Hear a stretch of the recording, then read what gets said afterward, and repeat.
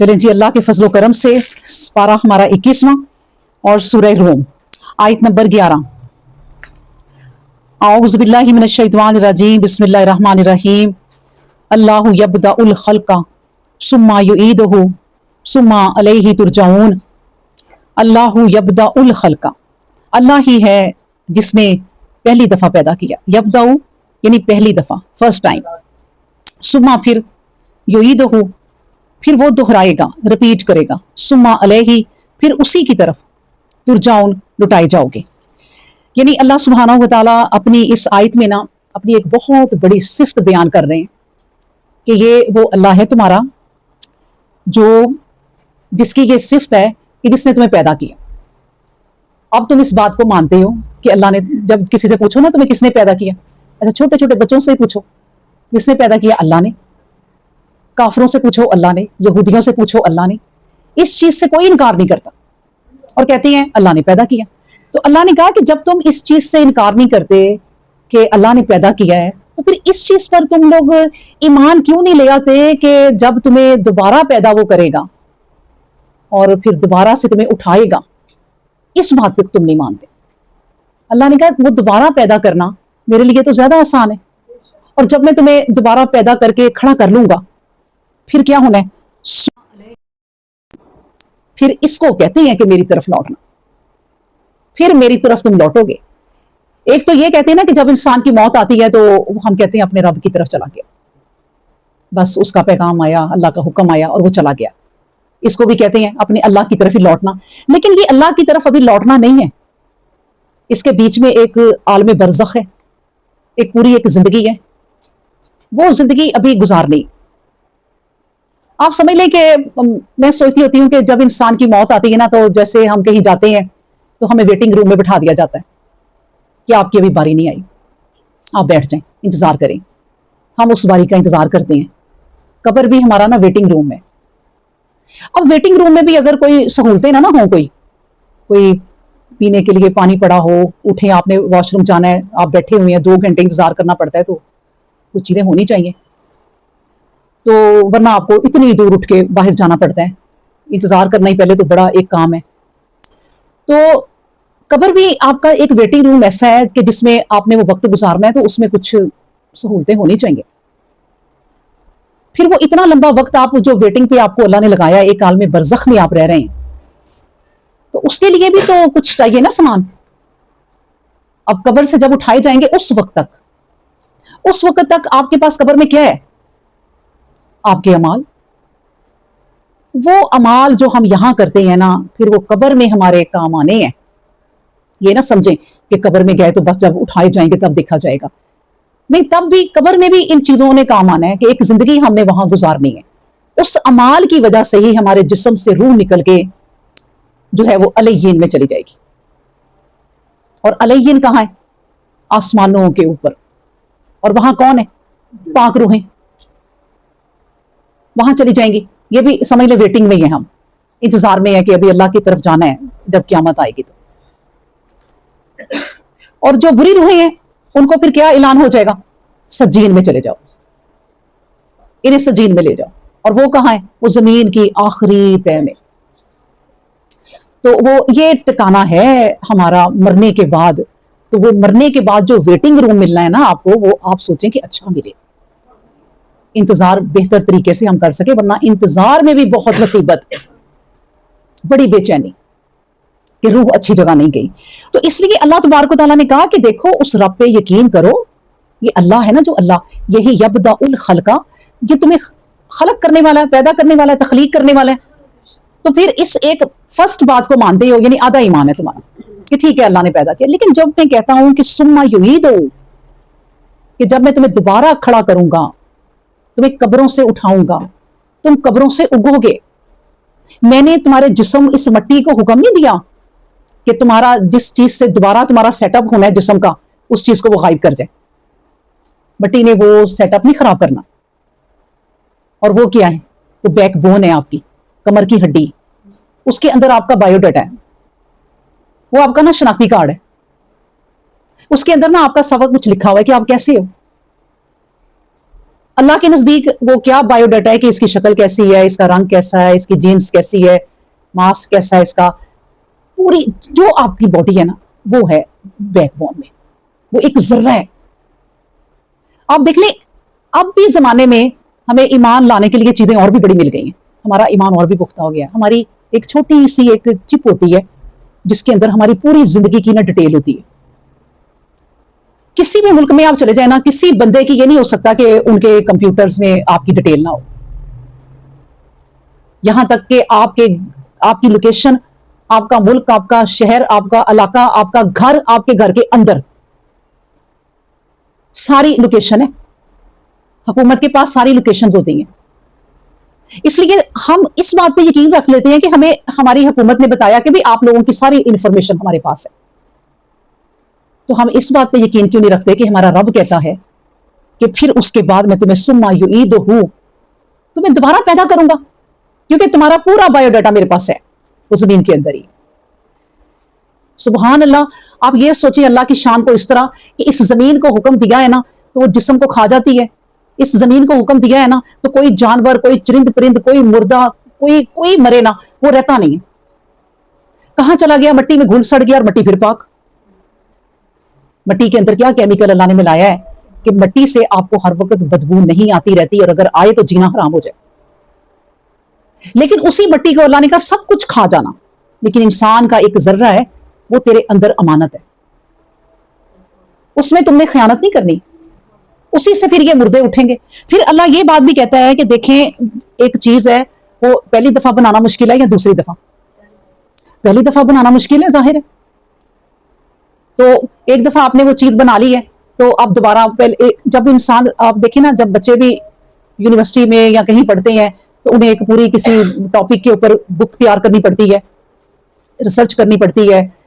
اس topic پہ اتنی research کرنی پڑتی ہے کہ بڑا ٹائم لگتا ہے ان کا، اور وہی ایک جو ریسرچ ہوتی ہے ان کی بیس ہوتی ہے اس ڈگری کے لیے. پھر اس ریسرچ سے باقی بچے فائدہ اٹھاتے ہیں. ایک نے کام کر لیا نا، اب دوبارہ سے وہ پورا کا پورا جو اس کا لیکچر ہے اس کو فوٹو کاپی کرانا، دوسروں کو دینا، وہ زیادہ مشکل ہے یا وہ مشکل ہے جو اس نے تیاری کی ہے سب؟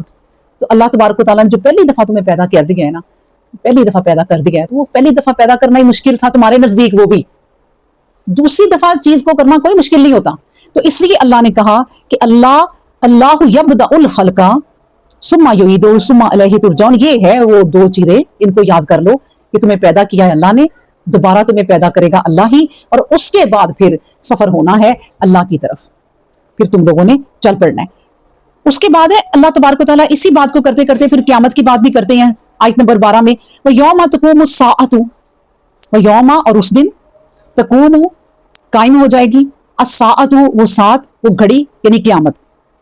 اس دن جب قیامت قائم ہو جائے گی نا، یبلس المجرمون، یبلس المجرمون، یبلس ہوتا ہے مایوس ہو جانا، آس توڑ بیٹھنا. تو اس دن نا پھر مجرم جو ہوں گے نا ان کی آس ختم ہو جائے گی. آس ہی نہ جب کوئی ہو، کوئی امید ہی نہ ہو، اس دن کیا ہوگا؟ اچھا یہ کیوں تانا دیا اللہ نے کہ اس دن اب تم نہیں مانتے کہ میرا جو رب ہے وہ کھڑا کر دے گا دوبارہ، میری ہستی کو، میرے وجود کو ایسے ہی بنا لے گا وہ دوبارہ. تم اس چیز کا مذاق اڑاتے ہیں، پیغمبروں کا بھی اس چیز کا مذاق اڑتا رہا، لو جی یہ گھڑیاں دوبارہ بنے گی، اور اللہ نے بڑے بڑے معجزے دکھائے اپنے پیغمبروں کی زندگی میں کہ اس طرح بنے گی. ابراہیم علیہ السلام کو کہا پرندے لے لو، اب ان کو الگ الگ کہیں پھینک دو، پھر حکم آئے گا تو وہ بن جائیں گے. خضر علیہ السلام گزرے تو انہوں نے کہا یہ بستیاں کیسے تباہ ہوئیں؟ خضر علیہ السلام کو 100 سال کے لیے سلا دیا گیا، وہ جب اٹھے تو ان کا کھانا ویسے ہی پڑا، ایک معجزہ، اور جو گدھا تھا اس کی ہڈیاں تھیں اور ان کے سامنے بننا شروع ہو گئی. ایسے زندہ کروں گا، دیکھو ایسے زندہ کروں گا. ان کو عین الیقین بھی دکھا دیا. جب ان کو عین الیقین دکھایا تو اس کا مطلب ہمیں پیغمبر نے بتایا پھر کہ اس طرح. تو یہ سارا یقین بھی اللہ تبارک و تعالیٰ کراتے جائے. تو پھر اس کے بعد اللہ دیکھیں اب کیسے پکڑ کر رہا ہے کہ بندو سنو، جس چیز کو تم نہ مانو اور وہ چیز اچانک تمہارے سامنے آ جائے تو کیا ہوتا ہے؟ حیران کی آنکھیں پھٹی کی پھٹی. پھر کیا؟ یوبلس، نا امیدی، اس کو کہتے ہیں. اب نہیں کچھ ہو سکتا. اب ساری زندگی کہتے رہے کافر جو منکر ہیں کہ اللہ سے ملاقات نہیں ہونی بھائی، بس زندگی ہے ختم ہو جانی ہے، بس ختم. اب ہو گئی ملاقات. اللہ نے کہا وَيَوْمَ تَقُومُ السَّاعَةُ، اب قیامت آ گئی بھائی. اب جب آ گئی, سامنا ہو گیا, آمنا سامنا ہو گیا, تو وہ حیران پریشان کہ اب کیا ہوگا. ہم نے تو کہا تھا کہ کوئی اللہ نہیں ہے, ہم نے تو کہا تھا کوئی مطلب کہ ہونا ہی نہیں ہے, یہ بات یہ تو ہو گئی. یہ وہ حالت ہے یوبلسل, اللہ نے کہا یہ وہ یوبلس وہ حالت ہے, اس مایوسی کا نام ہے یوبلس جو کافروں کو ہوگی. اب ایک بچہ ہے, وہ پیپر کی تیاری نہیں کرتا, چلیں آسان مثال سے سمجھ لیں, اور کر لوں گا, لاپرواہ بچہ. اب بالکل سر پہ آ گیا, پیپر سامنے آ گیا, ہائے یہ تو آ ہی گیا, ایک سوال کا جواب نہیں آتا. استاد کہتا رہا کہ بھائی کر لو تیاری, نہیں کی, اب آ ہی گیا. اسی طرح اللہ پورے قرآن میں کہتے جا رہے ہیں, اللہ سبحانہ و تعالیٰ ہمیں جھنجھوڑ رہے ہیں کہ قیامت آنی ہے, تم نے میرے سامنے کھڑے ہونا ہے, اس کے بعد پھر جو تمہاری حالت ہونی ہے نا, یہ وہ حالت ہے. اللہ نے کہا یبلس المجرمون, اس دن مجرم جو ہے نا, مجرم, ایک تو مجرم آپ سمجھ لیں کہ مجرم وہ ہوتا ہے جس پہ ثابت ہو چکی ہیں سارے جرائم.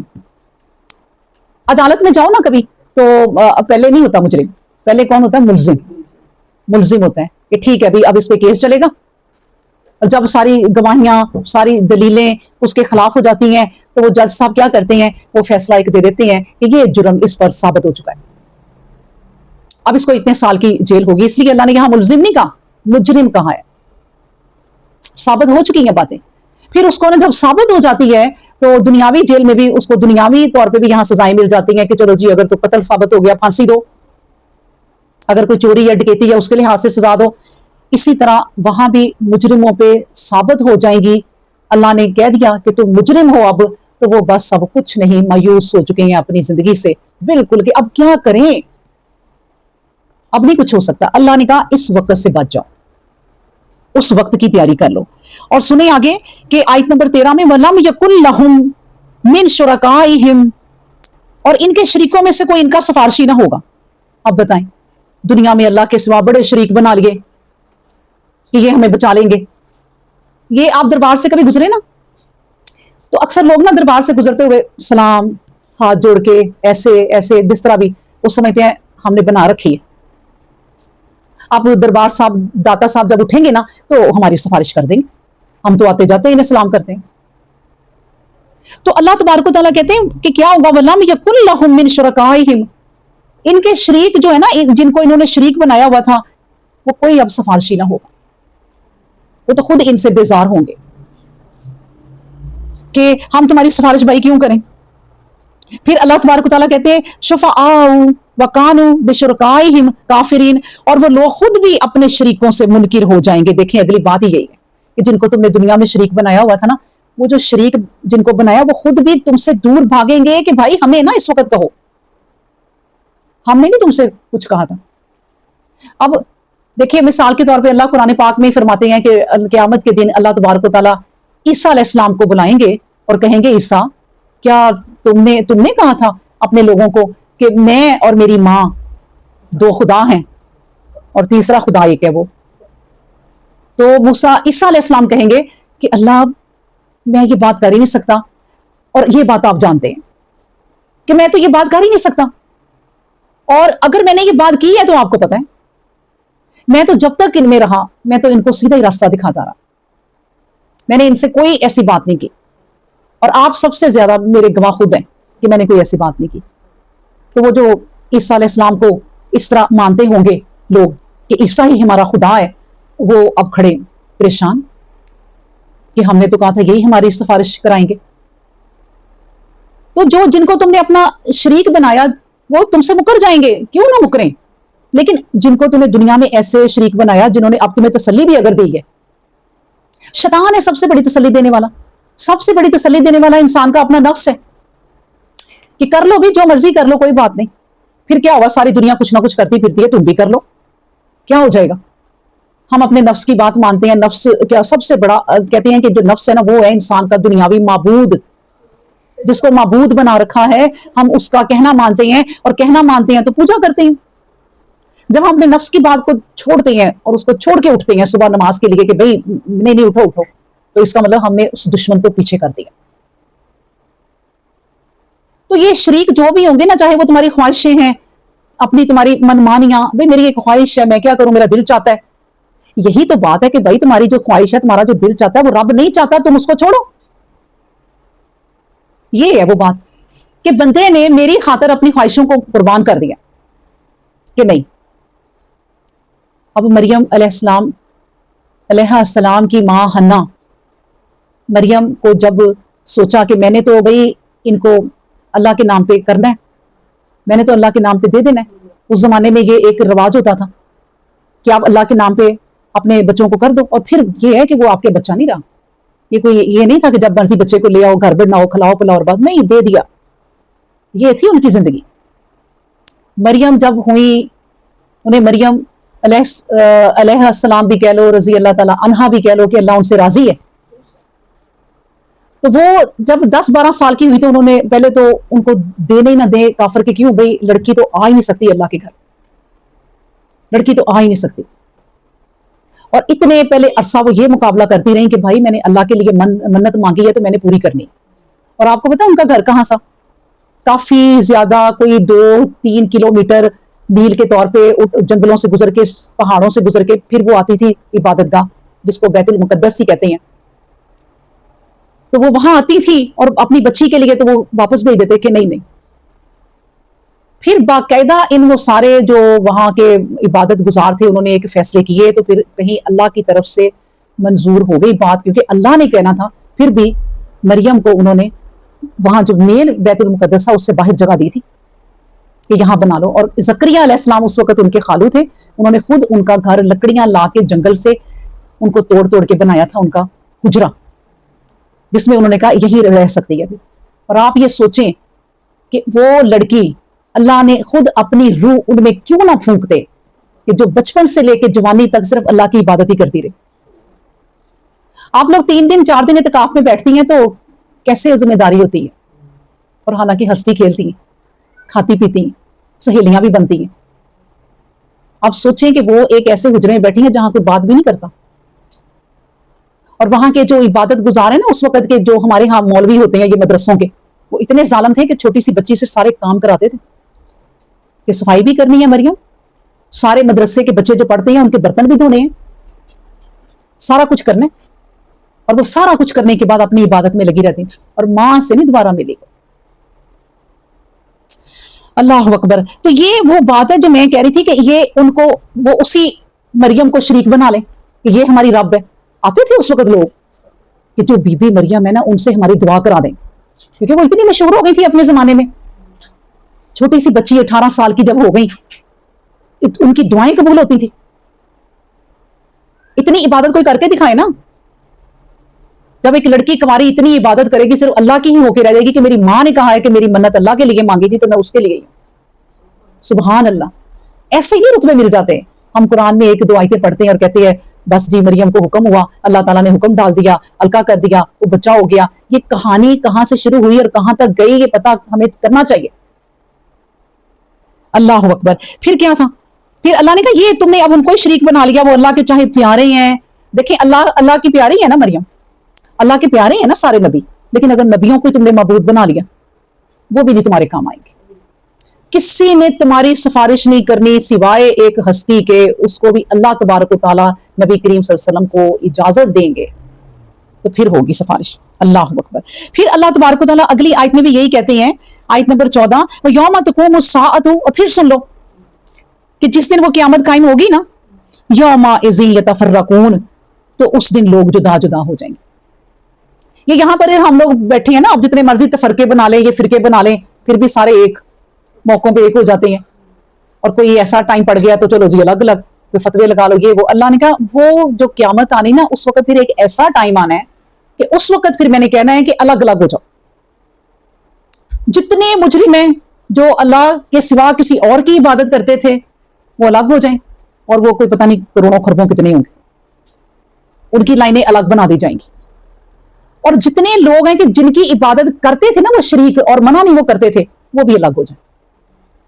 جتنے وہ مجرم ہیں جنہوں نے قتل کیے، جنہوں نے زنا کیے، جنہوں نے جتنے گناہ دنیا میں کیے، ان کے گروپ بنا دیے جائیں گے.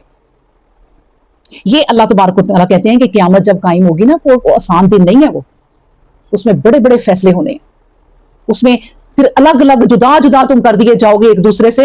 ایک جیسے اب مثال کے طور پہ لوط علیہ السلام کی قوم ہے جو وہ گناہ کرتی تھی، آج کے زمانے میں بھی جو وہ گناہ کرے گا انہی میں ان کی روحوں بد روحوں میں پھینکا جائے گا، وہ انہی میں اٹھیں گے اور ان کے الگ گروہ ہوں گے. یہ اللہ کہہ رہے ہیں کہ الگ الگ میں تمہیں کر دوں گا بڑی آسانی سے. اب اتنی قوم ہے نا، کبھی آپ سوچا کریں اللہ کی شان یہ بیان کیا کریں کہ اے اللہ اتنے لوگ، اتنا ہجوم، اتنے بندے، اتنی بندیاں تیری، اتنا ہجوم، اب کیسے ان سب کا فیصلہ کریں گے ہمارے. اور اب دنیا بڑھتی جا رہی ہے، آپ دیکھیں اگر قیامت قریب آ رہی ہے دنیا بڑھتی جا رہی ہے، کوئی کم نہیں ہو رہی، آبادیاں بڑھتی جا رہی ہیں اور اللہ کے لیے کوئی مشکل نہیں. جتنی مرضی یہ آبادیاں بڑھ جائیں نا، اللہ کے لیے ایسے ہی ہے جیسے میں آپ کو بتاؤں یہ ٹیبل ہے، اللہ کو سب پتا ہے کوئی کدھر کیا کر رہا ہے، اس کے لیے یہ کائنات ہے بس. لیکن اللہ تبارک و تعالیٰ نے ان سب کو دیکھ رہا ہے، کوئی چھپا نہیں ہوا. کوئی جو گناہ کر رہا ہے نا کتنا بڑا دیکھ رہا ہے اللہ، روک نہیں سکتا. روکنا نہیں ہے، یہ دنیا کا ایک قانون ہے.